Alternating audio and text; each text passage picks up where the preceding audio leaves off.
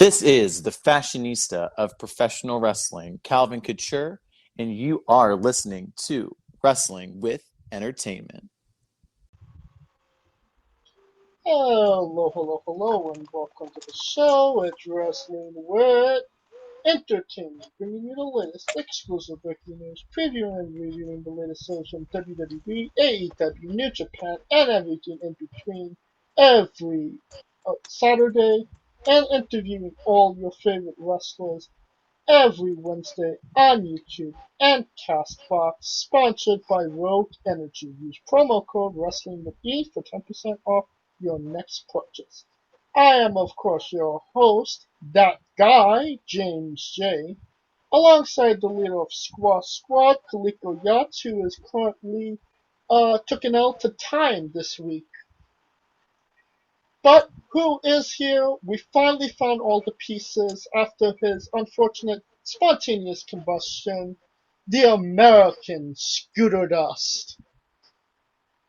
Hello, and I will make your pinky all stinky.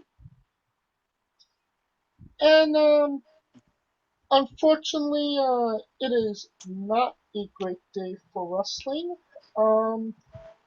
As we lost two legends. The more notable one was beautiful Bobby Eaton of the Midnight Express.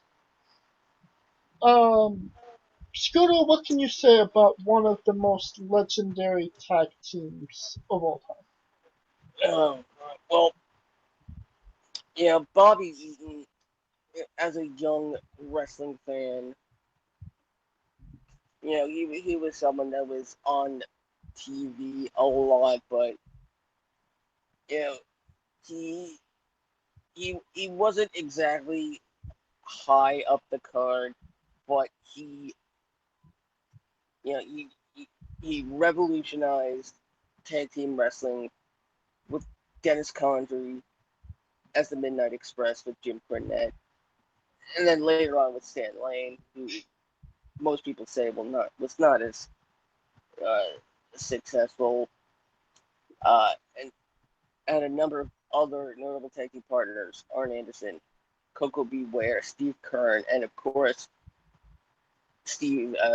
William Regal as the Blue Bloods when Bobby Eaton got what was basically the final push of his main wrestling career. At least in the 90s. Which is like the 150s for wrestlers, honestly. Eaton is Eaton, born in Alabama, Roll Tide, and I believe the innovator of the Alabama Slam. Really? Is that true?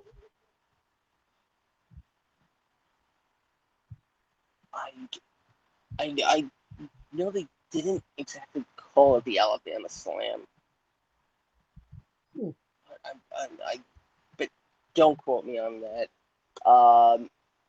Started wrestling in the 70s. With the NWA, with NWA Mid-America. He would get up the ranks, and Eaton would get his first bit of notoriety, strangely enough, against a tag team known as the Hollywood Blondes. No, not Brian Pillman and Steve Austin.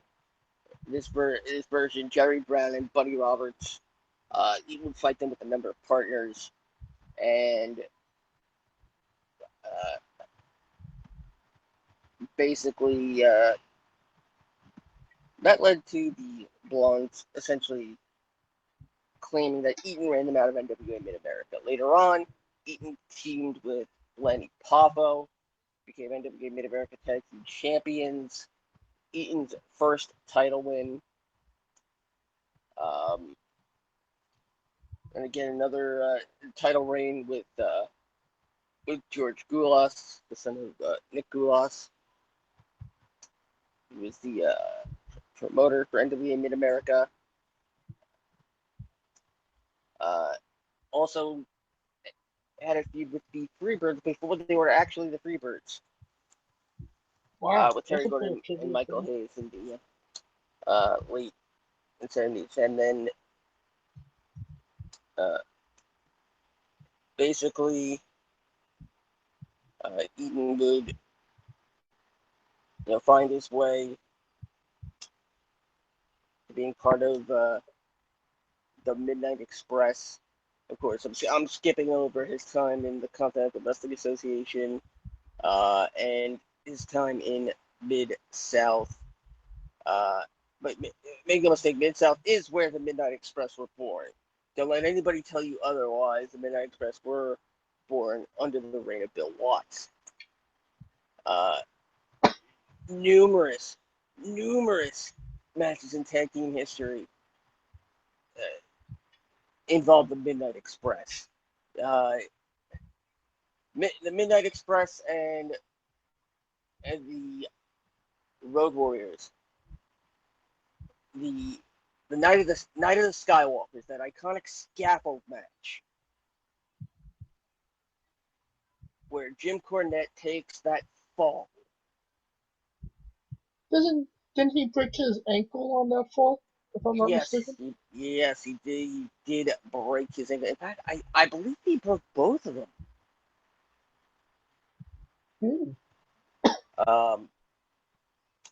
And then, of course, the most notable tag team feud of the 80s that didn't involve the WWF, the Midnight Express versus the Rock and Roll Express. They would go back and forth, and it was a feud that spanned so many promotions.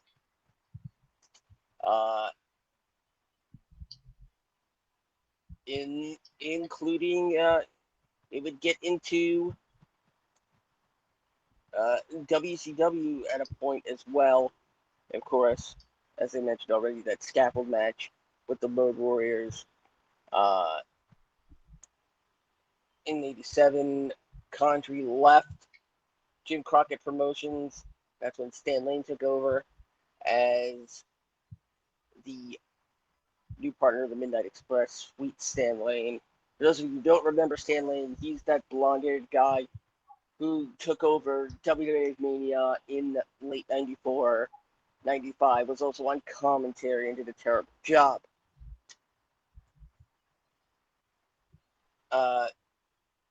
Honestly, there's literally so much about Bobby Eaton in terms of a tag team wrestler, the feuds with the Freebirds, the Samoan SWAT team. Again, they competed in a working match where they teamed with the Road Warriors and Steve Williams against the Samoan SWAT team and the Freebirds at the Great American Bash. Lane Eaton would then feud with the Dynamic Dudes, yes, Shane Douglas and Johnny Ace, who was also a team managed by Jim Cornette.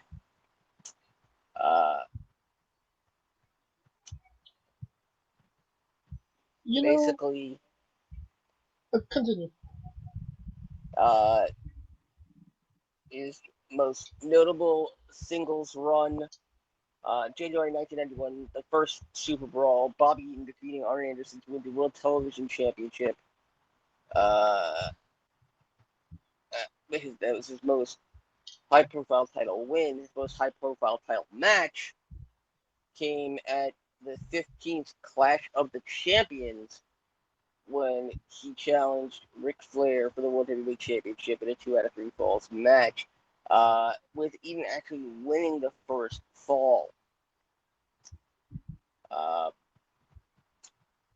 Eaton would be part of the Dangerous Alliance from 91 to 92.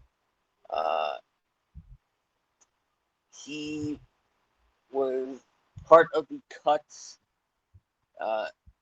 he wasn't initially part of the Jim Herd cuts, but eventually he would leave WCW for a bit. So at the time it's Smoky Mountain.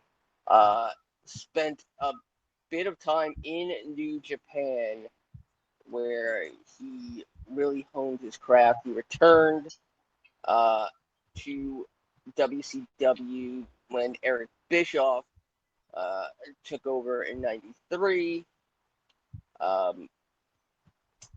Eaton was the tag team partner of Chris Benoit during Chris Benoit's initial run in '93. Now, a lot of people don't remember Chris Benoit's '93 run. I do, and I remember it with great detail because I remember it was Chris Benoit and I want to say Paul Roma against Dustin Rhodes, and you know what? I can't remember who else. But again, Bobby Eaton he would kind of flail around the mid card until William Regal, then Lord Steven Regal, took him under his wing, reformed him, and they became the Blue Bloods. Surprisingly enough, they never had a reign as WCW Tag Team Champions as the Blue Bloods. But after Regal left the company, Bobby Eaton would basically stay with WCW until the end. Not surprising. He's he was one of those really WCW through and through. On the same level of Sting. I wouldn't even put Ric Flair in that category. Wait, true. There are so few people who are really devoted to where they come from in the wrestling business, and Bobby Eaton was truly one of those men.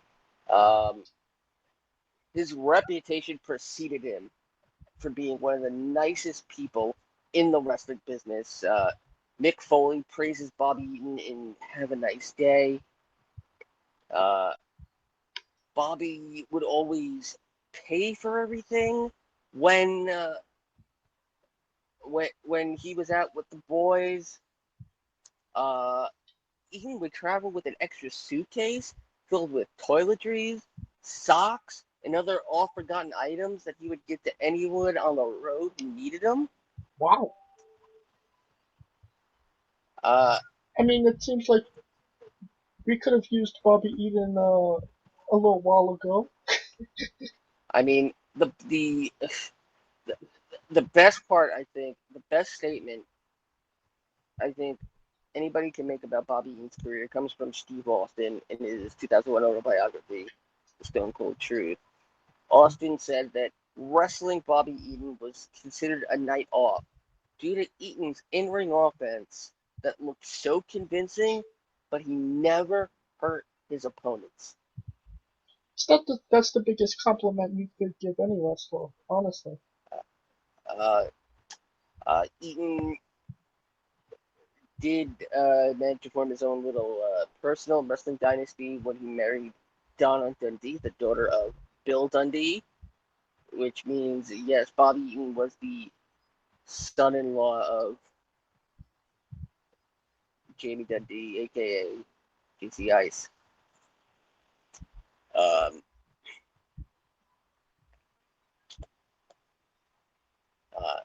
Funny enough, Bobby Eaton and Donna Dundee are the archetype for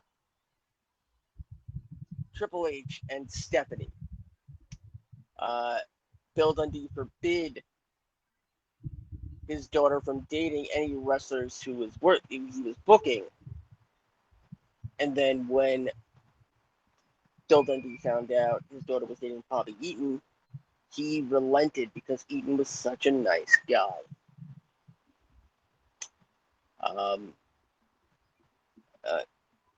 He would, his health would later on decline. He would have several heart issues. 2013, he had a pacemaker inserted. In the past couple of months, it was noted that Eaton's health was taking a downward turn, and oddly enough, some might even say he died of a broken heart, because his wife Donna passed away on June 26th, 2021. Eaton dying, passed away, I should say, just over a month after his wife's death. Eaton passed away in his sleep at the age of 62.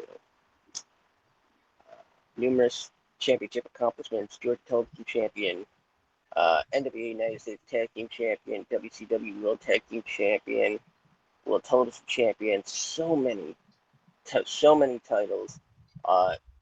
Wrestling Observer's most underrated wrestler 4 times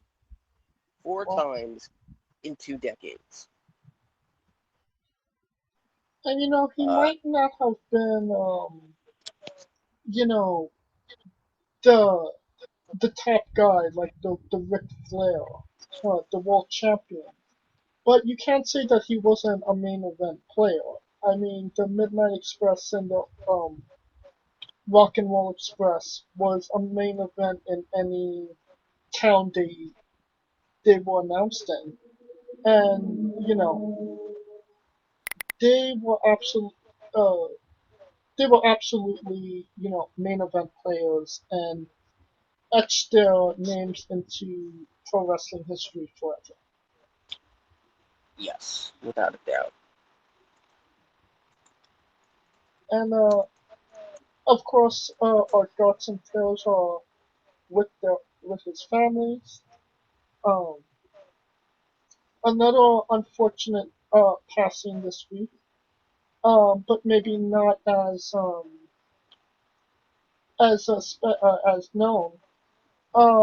The assassin Jody Hamilton also passed. Won't go into much of Hamilton. Born in Missouri, started out in boxing, but then eventually got into wrestling, became part of the Mass Assassins down in Georgia for Georgia Championship Wrestling. Jody Hamilton was a staple of Southern wrestling in the late 70s, early 80s.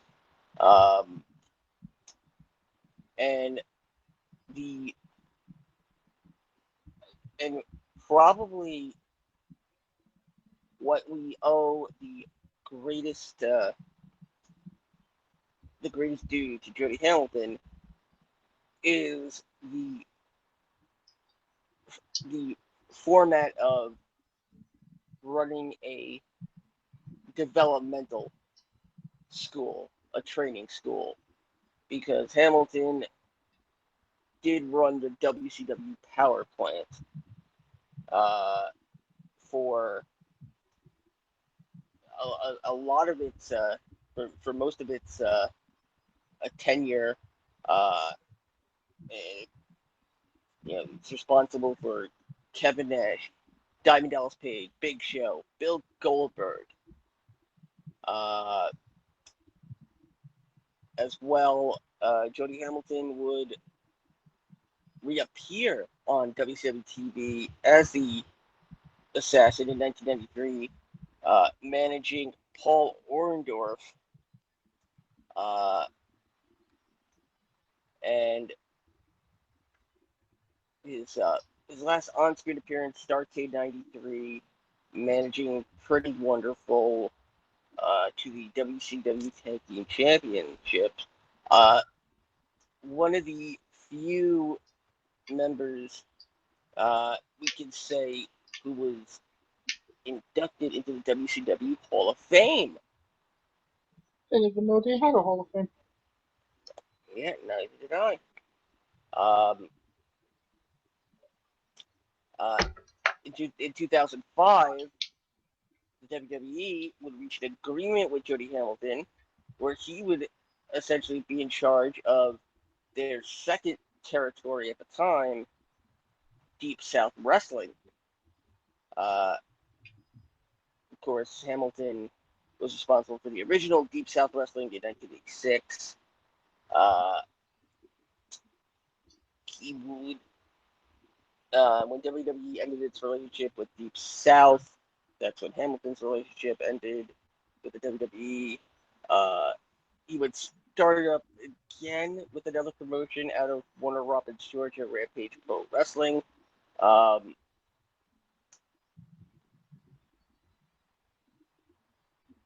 Funny enough, something a lot of people do not know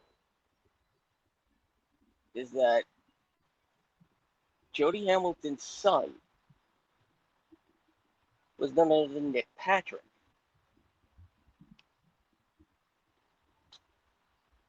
And if you don't know Nick Patrick, then you're living under a rock. In 2009, he filed a lawsuit against the WWE over how, basically for wrongful termination.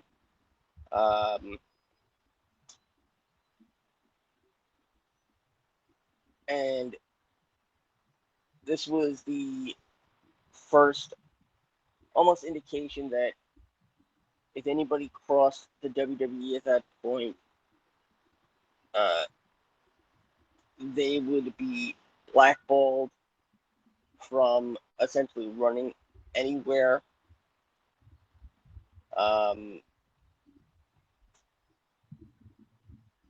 But in the early 2010, Hamilton and the WWE settled out of court. And after that, he essentially led a quiet life. Seems like he's one of those guys that maybe didn't get his flowers before his passing. But definitely, a major part of wrestling history once again.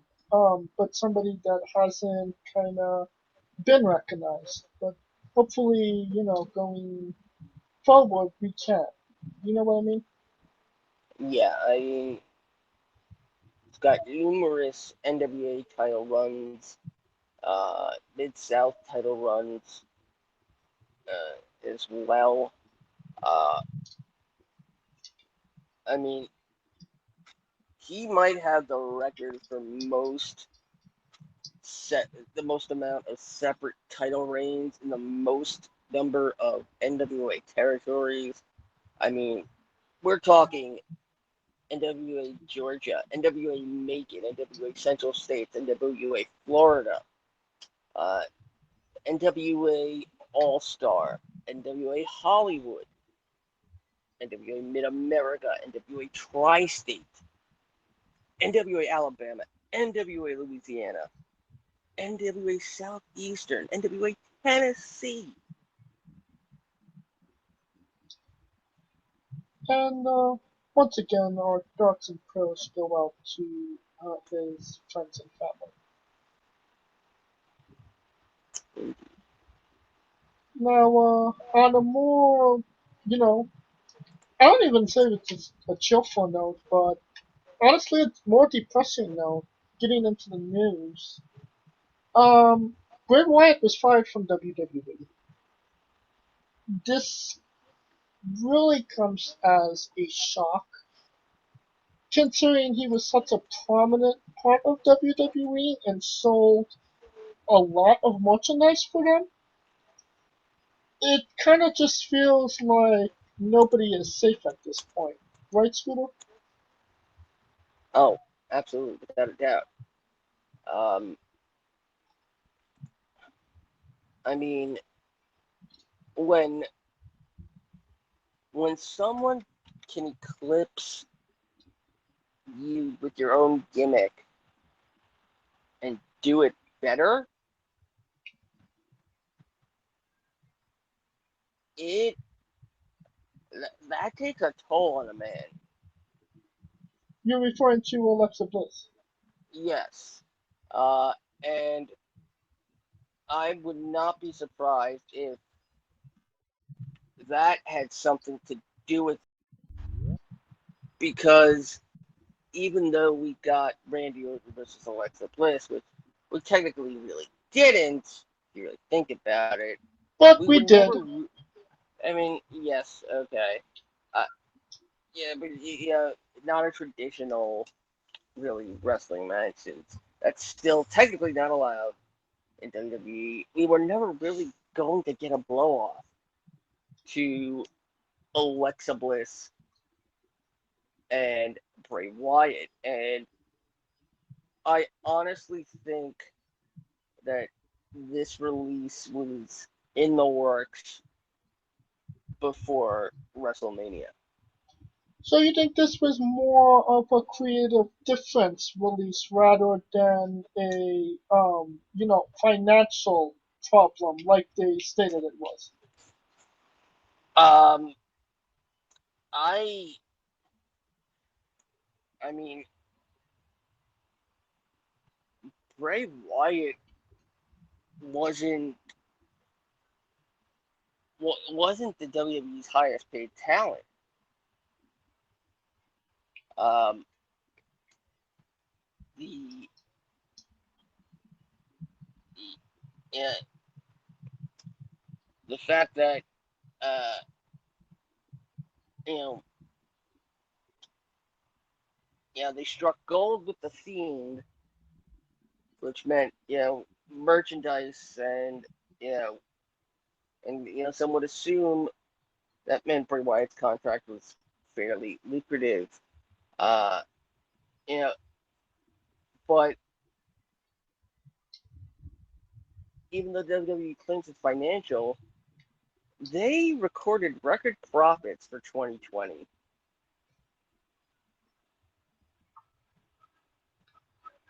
So I do not buy that budget cuts are the main reason for Bray Wyatt's release. And we're finally being joined by Kaliko Yachts. And based on what I've seen, it's a lot more cuts that just happened. Yep. Like, Yeah, we'll get oh into my that in a moment. goodness, murderers row. And we'll talk about that in a moment. But let's talk about Bray Wyatt for right now, Kaliko. Bray, he wasn't right since Luke died. Let's just be honest. He wasn't really right. Probably as a man since Luke died, and Vince took exception to that. So it's like, I guess he didn't have the ability to move on or try to compartmentalize, and we're all human with it. So, and plus he didn't like the fact that the shape of Bray Wyatt, his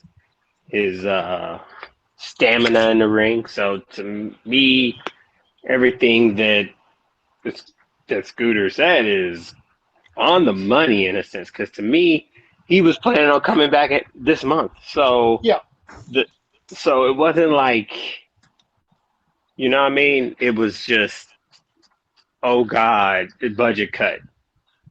Because the highest paid, Braun was paid more than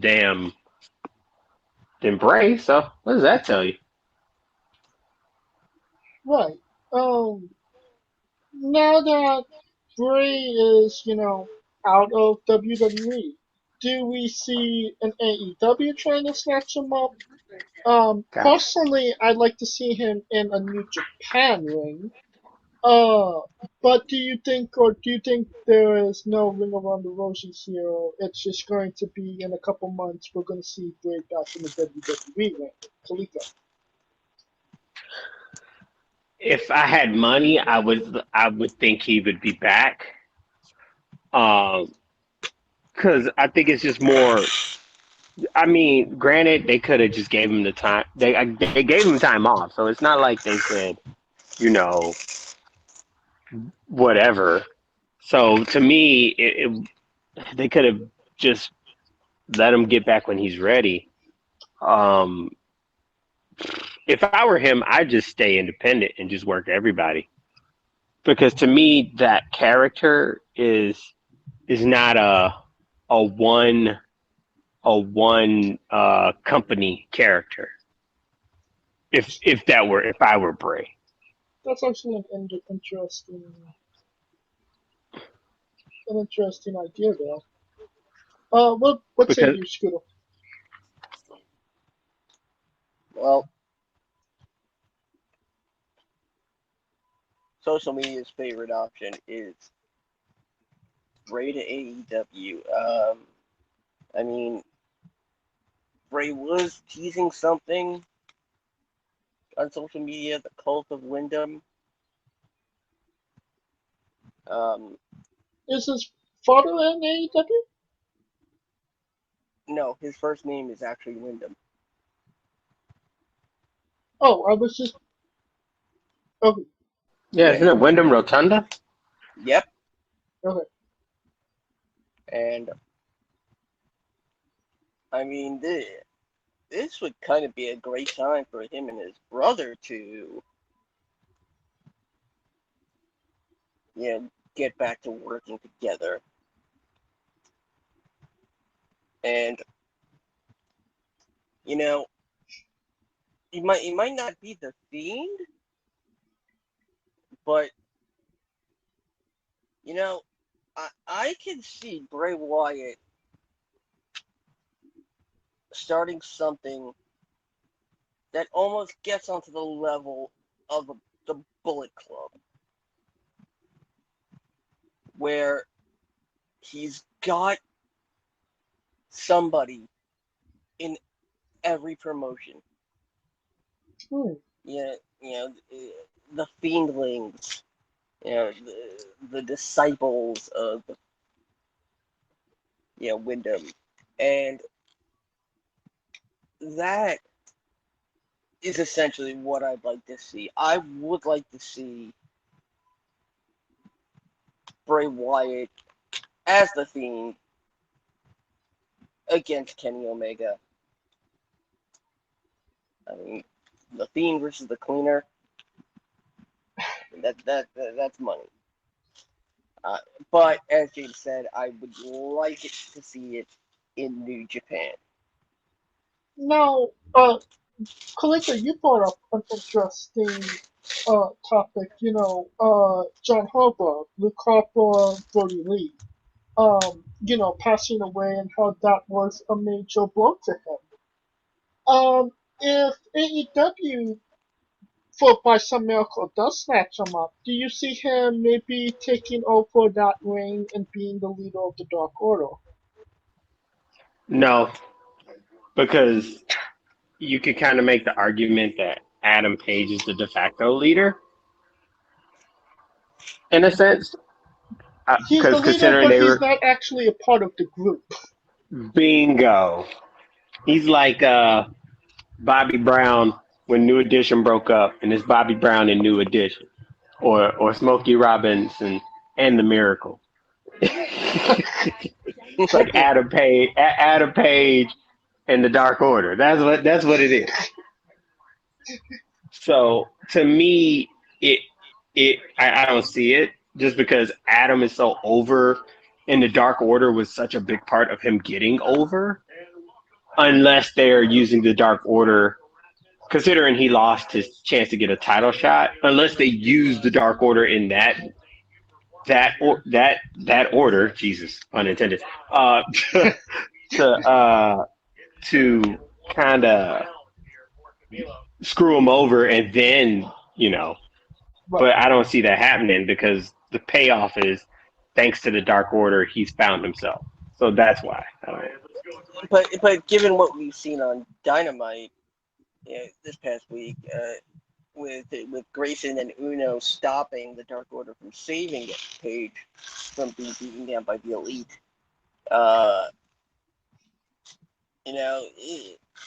it makes you think a little bit. It does. The only way I could see, because eventually it's got to be Hangman to get the belt, right? Yeah, I've been saying that since the beginning.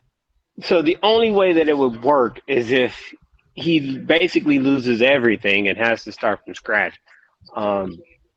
But that would be hella fast for him to be there. You know what I'm saying? Hella quick. And my problem is, yeah, AEW seems like a good destination, but how many motherfuckers you gonna be on that ship before it starts to sink? Because it's a lot of motherfuckers they're trying to get. Right. And everybody's gonna eclipse everybody. And that's just gonna push really the pecking talent, order it's down. the egos as well. Well, it's not the egos, but more so it's gonna push the people who are homegrown down the pecking order. Because I could make the argument Darby Allin being the TNT champ was probably his best, the highest he's gonna get. If these signings come all to fruition. From what is being rumored and allegations against him, he might not even be in AEW 6 months down the line. Darby Allin, that is. I mean, but didn't we have this argument already?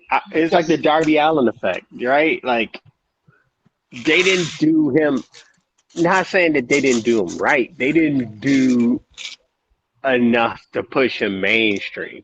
Like I said, if he was the heavyweight champion, it would have been a different story. Or if he had used Sting to propel himself to the title, that's one thing. But adding Sting after he already got the title really didn't do anything. Well, if he gets released from AEW, for sure nobody's going to know who he is in a supermarket. But that's another topic for another show and another time.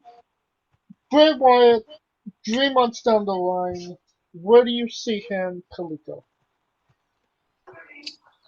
If I was WWE back home, Scooter? And I wouldn't be surprised if they used it as a means to make him get back in the game. But we'll see. They play games like that. So. Yeah, I would not be surprised if he was back in the WWE. Yeah, I'm gonna call WWE as well. I think once it kinda sinks in for a moment, they're going to realize what they did and re-sign him as fast as they can. Unfortunately, Bray Wyatt was not the only one released. Earlier this week, like yesterday, NXT released a slew of their talent. I'm gonna go down the names: Bronson Reed, Mercedes Martinez, Tyler Russ, Leon Ruff, Bobby Fisk, Jake Atlas, Kona Reeves, Aries Sterling, Giant Zangier, Asher Hale, Zachariah Smith, and Stephen Smith. A lot of names there, most notably Bronson Reed. It seemed like Reed was going places really fast. If you, other than this, release, if you ask me what Bronson Reed was, I would say in the WWE main event for a championship on the main roster in a year. That's not happening. What did happen, Scooter? I mean, I honestly, until we had more on this, I honestly think a lot of these there's something up for all these releases. Like there's something we don't know, and I'm betting it has something to do with contract restructuring. The fact that most likely in these contracts, the WWE, if they were smart, essentially they, like a 90-day no-compete clause, they also have an option to essentially void the release. But reinstate the contract at a lower price.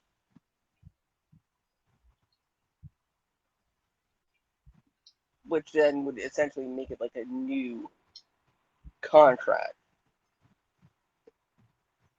But they would essentially get something on the back end. Basically, one would assume in this case stock in the company.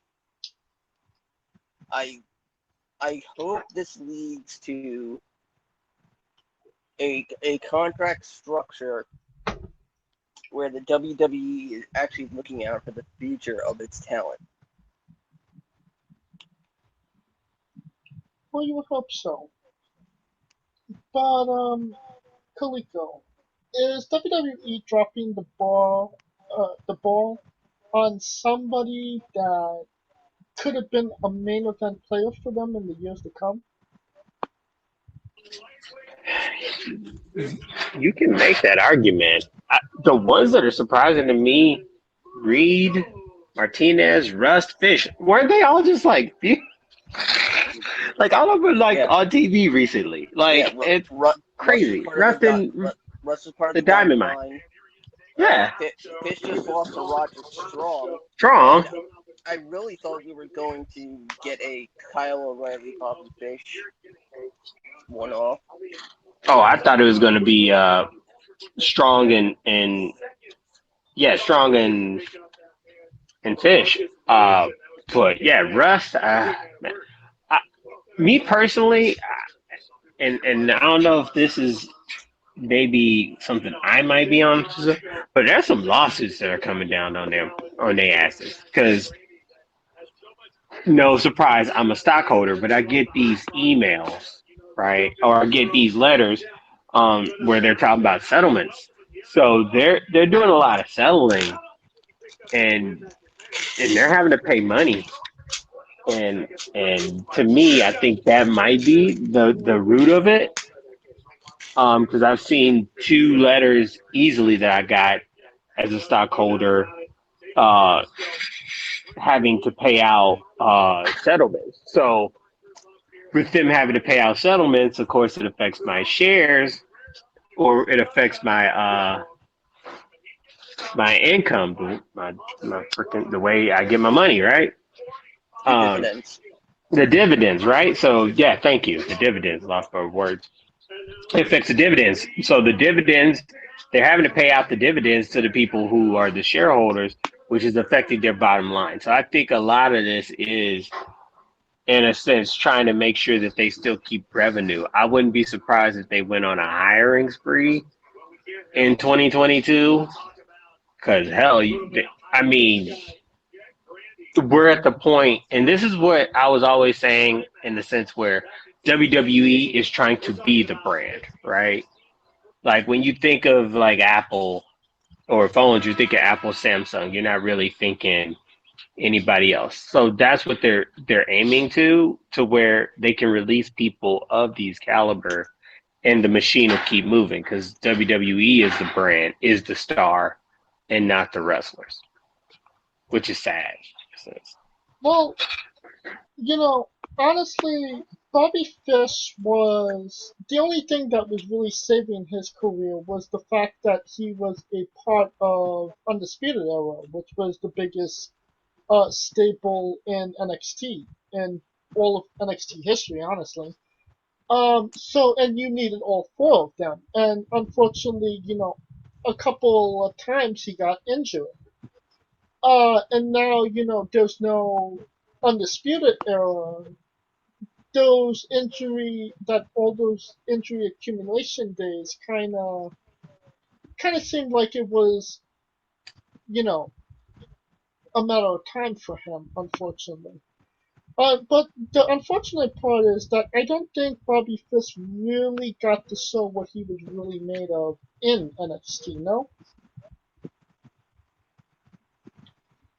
True, but like you said, the best ability is availability, and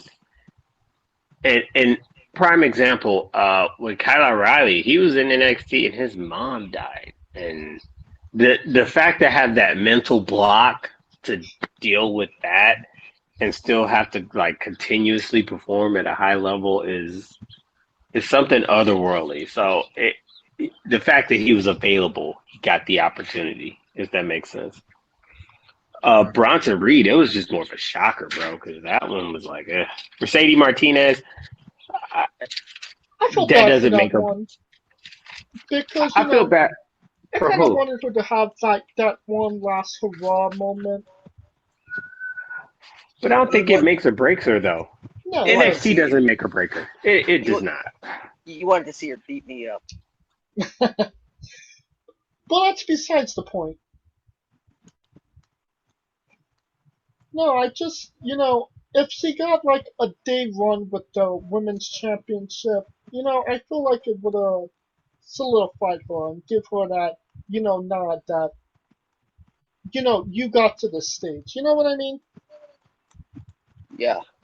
Yeah, but to me, her being there got her to the stage because, I mean, to me, 20 years, she's set. Like, I mean, to her, it's not the end of the world, is what I'm No. saying. So it's not like Bronson Reed, who literally left like a whole nother country and to get here.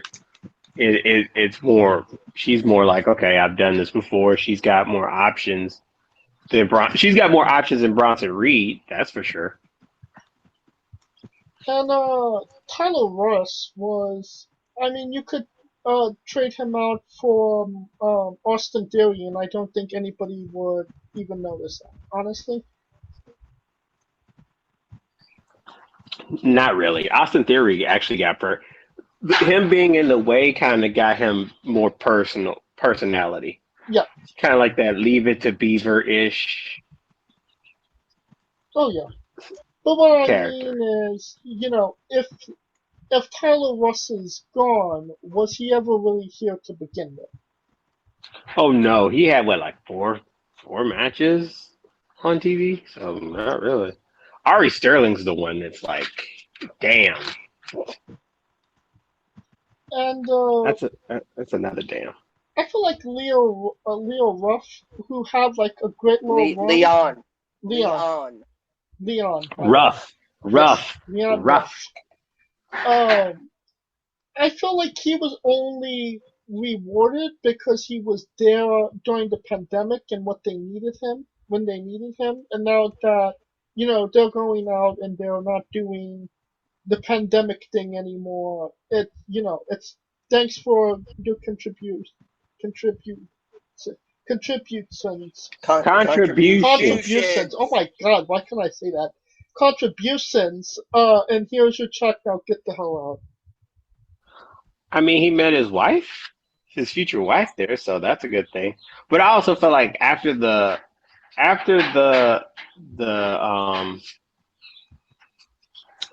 feud with I forgot his goddamn name. See, I'm getting Damian Priest and Johnny Gargano? No, not Damian Priest and Johnny Gargano. Hit Row. God damn it. It's on my tongue. Isaiah Scott? Yes, after the Swerve Scott feud, he had nothing to do. That was the problem. Because where was he going to go after that? He lost. He became the James Ellsworth in the whole Johnny Gargano Damian Priest thing, God, and don't give him that. That's horrible. give him something a little higher than that James Ellsworth. Not saying. Well, except he won the title instead of what James Ellsworth did. So he became that, and then he kind of became his own man, and then he got with Swerve, and Swerve literally Hit Row basically is there because of him. So, in a sense, if that makes sense. On this, this recently fired edition of Wrestling with Entertainment, it just keeps coming. Ric Flair left WWE. He got out of his contract and he's now a free agent. To do what he wants. Doesn't feel like that's a big deal, but is it a big deal if we see him on an AEW, Scooter? I feel it'll be a bigger deal if you see him on a Geico commercial. On what? Or on a Geico commercial or a commercial for the General. What does this mean for Car Shield? Oh no. I mean, they could always get Hulk Hogan. They didn't utilize Ric Flair to his full potential. You mean they didn't kill him? So, is this a blow for WWE? I mean, they still have Charlotte, so, I mean, the connection is not completely lost here, right?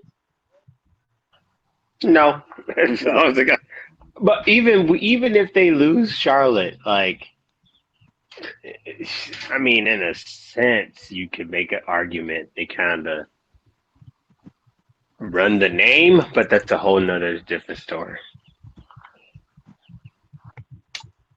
And, also, I mean, at the same time, apparently Shane McMahon is left. I heard that they gave him a new position in the company. Yes, a missionary position. That's John Cena, sir.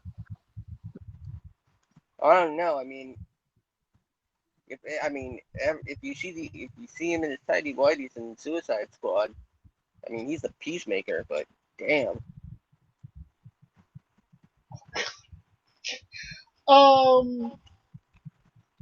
It's also rumored that Adam Cole may be leaving WWE as well. He apparently signed an extension of his contract to the end of August, so right after SummerSlam. Does it make sense for Adam Cole to stay in WWE if they're not going to bump him up to the main roster? Or, I mean, I keep bringing up AEW here, but it does kind of make sense considering his girlfriend is already dead. Wife. Wife? They got engaged? I believe they're married. Yeah, they're married. They are very married. That's news to me, but... Breaking exclusive. The question still stands. Kaliko? Word is he's playing both, trying to get the best deal, and that's what you always do as the number one guy. I feel like he's one of those guys he's set either way, because if he stays in WWE, he's pretty much got Shawn Michaels as his backing, which is probably bigger than anything. And then if he goes to AEW, he's got the Bucks who got his back. So to me, it's a win-win for him.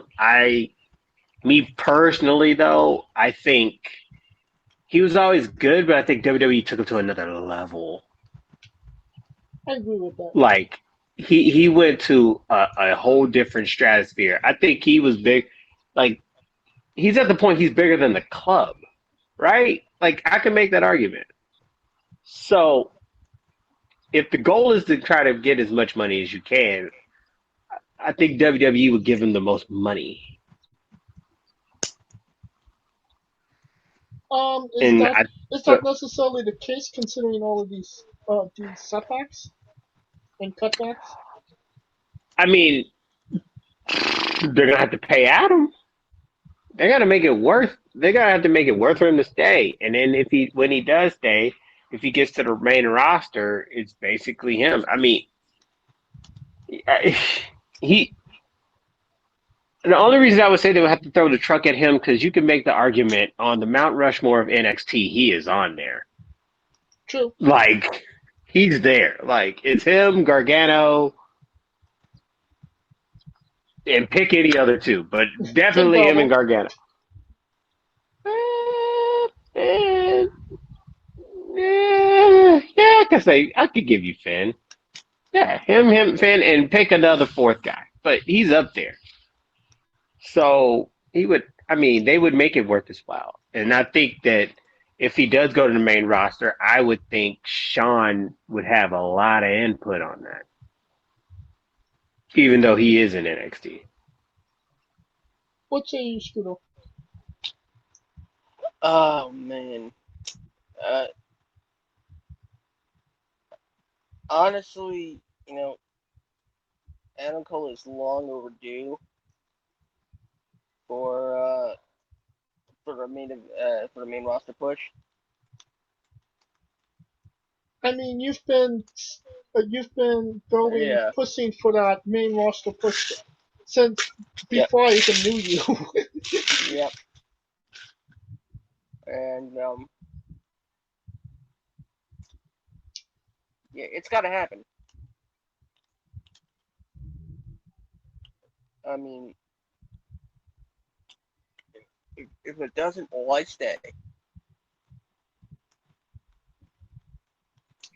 I would think that would be in the contract, right? I mean, not these days. Because my only problem is if he goes to AEW, he'll be Adam Cole, but he'll also be Britt Baker's husband. Ooh, you think that he'd have that stigma? And he'll also be the guy that was killed by the Elite. That is very true, yes. So, that shit follows, yo.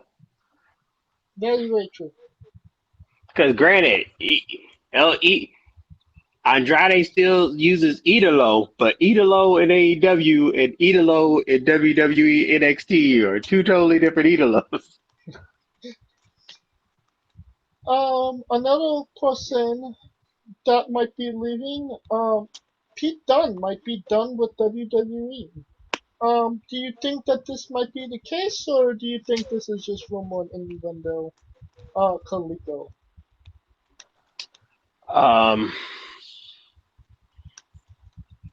That's a good question. I feel like Pete Dunne. I feel like him, Tyler Bate, him and Mustache Mountain would all leave and stay as a group.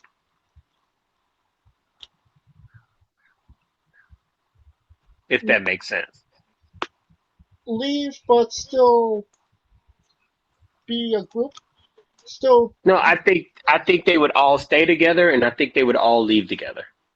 Oh, okay, I understand. Because those three, I think they're more synonymous with the UK style than anything. Great. So I wouldn't be surprised if he went back, because he's the guy he could flip back and forth between NXT and NXT UK. So I feel like him being in NXT UK it wouldn't hurt him. I mean, he's already did everything there, but I mean, so did Tyler Bate, but it doesn't stop him from keep grinding, you know what I'm saying? Sure. What say you, Scooter? The thing about Pete Dunne is the one thing he has against him is his stature. He is not a tall guy. No. And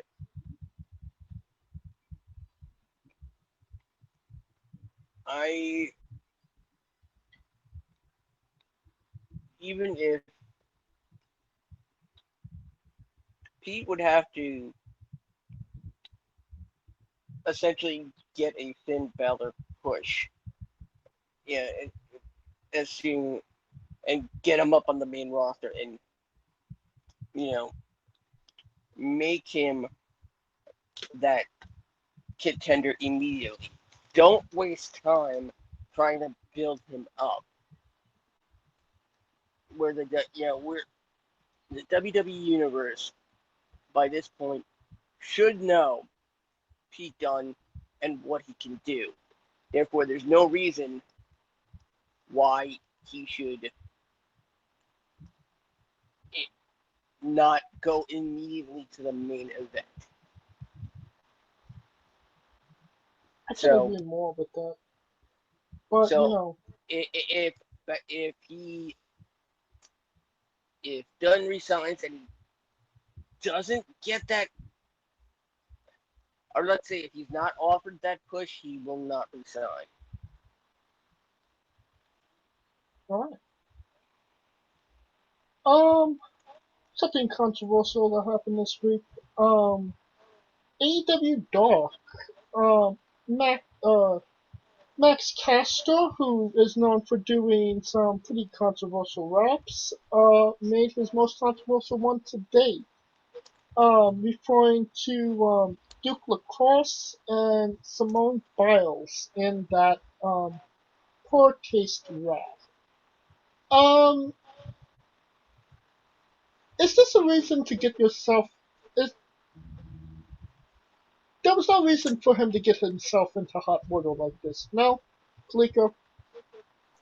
It's rap. It's rap. It's gonna happen.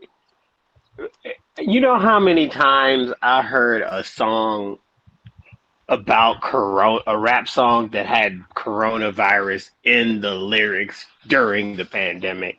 Like, that is rap at its finest. I don't even think he's in hot water, to be quite honest. He uses it as a bar.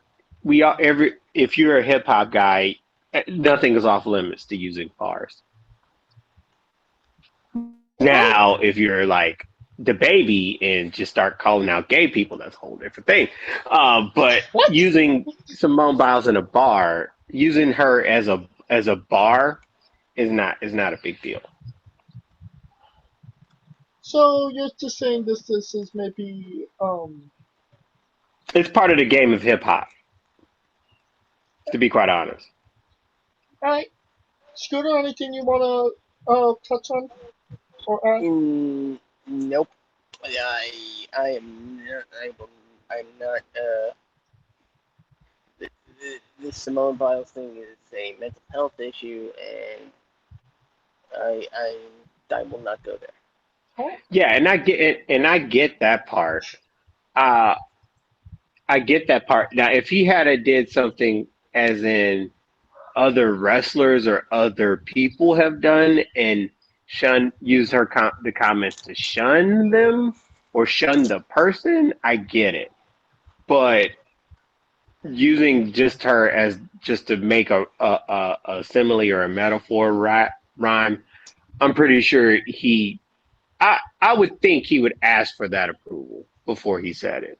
He did not. Oh. He went out there, he said it, Tony Khan got word of it and then deleted it out of the final video.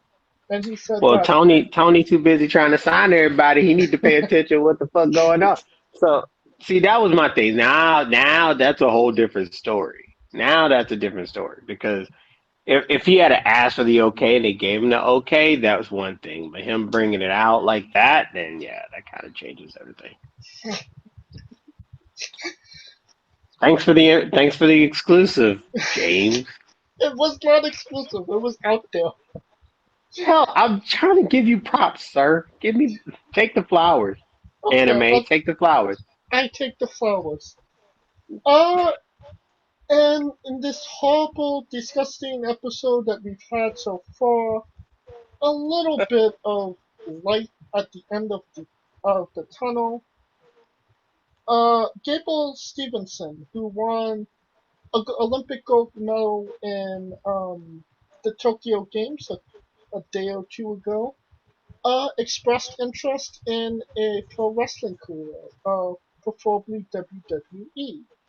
Do you see anything for me coming out of this, and do you see Gable possibly being the next Kurt Angle of WWE Scooter. Well, it'd be weird because he's a synchronized swimmer. Um, really? I thought that would get more laughs.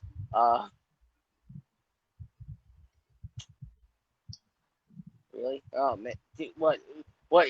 All right, he plays women's field hockey. Does that get him? Does that get more of a laugh?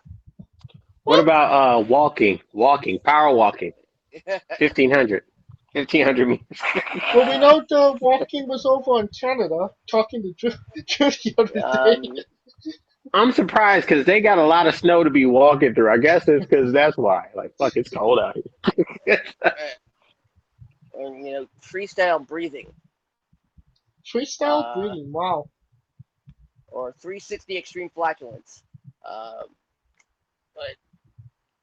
James, my answer to your question is who? I'm sorry. Yeah. Does he look like Rulon Gardner? I don't know who Rulon Gardner is. Oh, you're an Olympics guy and you don't know who Rulon Gardner is. Dude, my brain is mush at this point, watching 2 weeks of this shit. Well, you know how Kurt Angle won gold in wrestling in '96? Yeah. Gardner won it in Gardner silver in '96 and then gold in 2000.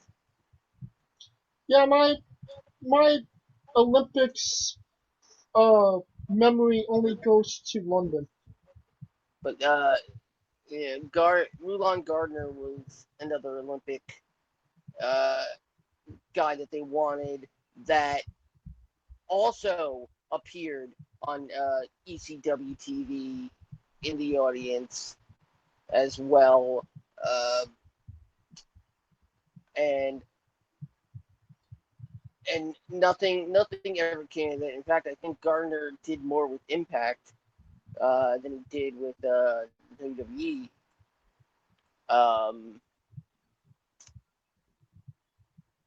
That being said, I do not think they're going to take another chance on an Olympic athlete, especially.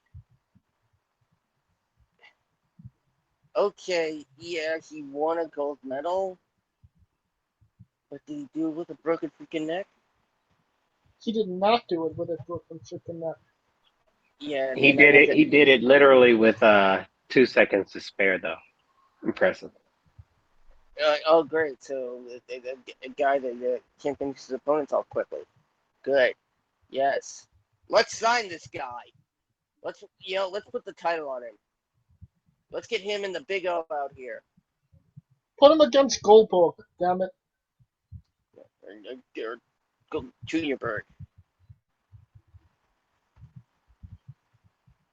Kaliko, anything you want to add? To answer your question, no. I don't think we should.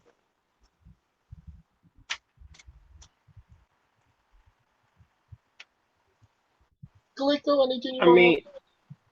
I mean, they teased it at a takeover, I want to say, but I believe it when I see it, because even if they sign him, they're going to have to put him in training, and that's going to be a year. Then they'll be like, "Hey, you remember that guy that won gold in 2020? Well, here he is in 2023." Like, yeah. By the way, does Chad Gable still have a job? I think yes. Chad Gable has a job, yeah.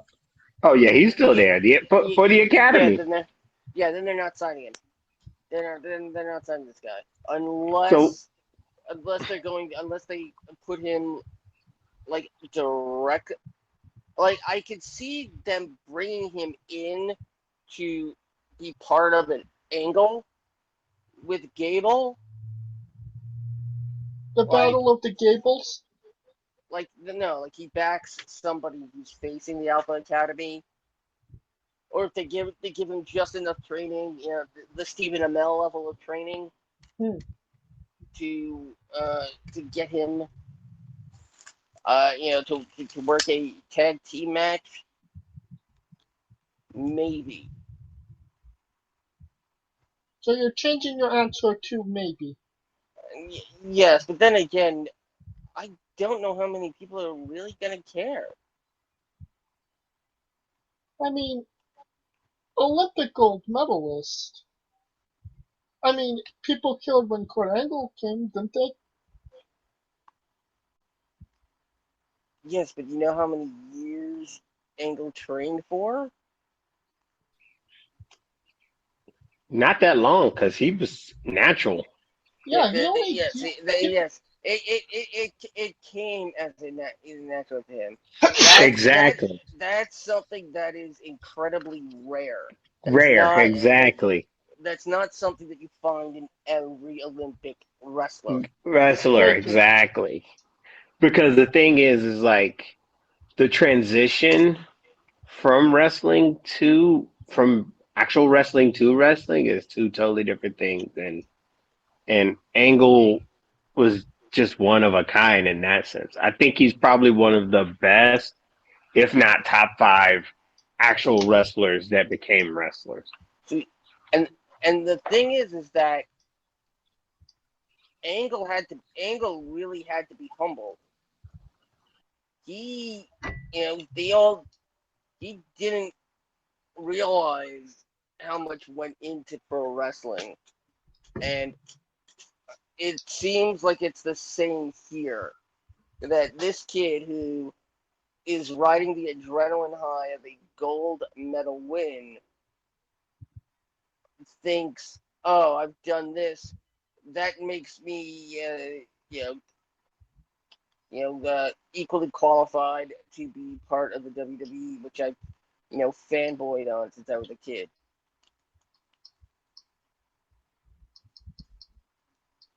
Well, we'll see what happens when it happens. Um, until then, that will conclude our coverage of the news and this episode in its entirety. Next week, our big SummerSlam preview show. That should be fun, considering that there has been speculation that SummerSlam might not even go on. Highly doubt that that's the case. Oh, it's gonna happen Yeah, because the problem is that, and this is the thing I'm gonna say, because if they cancel SummerSlam, they're gonna have to cancel Pacquiao and Spence, which is happening the same night, and I don't think that they're canceling either of those things, no. especially considering that's like probably the biggest revenue night that they'll have in what, 2 years? Oh yeah. Uh, until then, join us this Wednesday as we interview Bam Bam Malone. And then, of course, you can follow everything Wrestling with Entertainment on Twitter and Instagram at Wrestling with E for all your Wrestling with E needs. Oh, and we're doing the SummerSlam Showdown tournament. The bracket reveal will be tomorrow, actually. We have Drew on for that. And we got some really interesting picks for that tournament, so you definitely want to watch that, see how the picks developed, and then vote on all picks, preferably mine, on Twitter. And of course, this episode was sponsored by Rogue Energy, and you can follow all of us individually on Twitter as well. I am at JamesJ993. Where can they find Kaliko? And I am Kaliko. It's almost that time, man. It's gonna be the night of the stinky wrestling fans beating the sophisticated boxing fans, and I'm here for it. And where can they find Skriddle? As always, find me on Twitter at ScooterDust, and along with Rico Constantino Jr., twitch.tv/Smoking Dragons, as well along with Kawaii Guy, twitch.tv/Kawaii Guy. No remix? And of course, you also have the remix, which of course SummerSlam, our 8th, maybe 9th, possibly our 10th, depending on how baked I am. Yes, the remix only on UNB. In fact, the only remaining show on the UNB network. We survive. Hashtag choose your commentary. For Kaliko Yacht Scooter Dust, I'm James Shea, and this has been Wrestling with Entertainment. Hey folks, this is the Colossal Mike Law, and you are listening to Wrestling with Entertainment. Enjoy the show, support these guys. We appreciate it very much. We'll see you at ringside.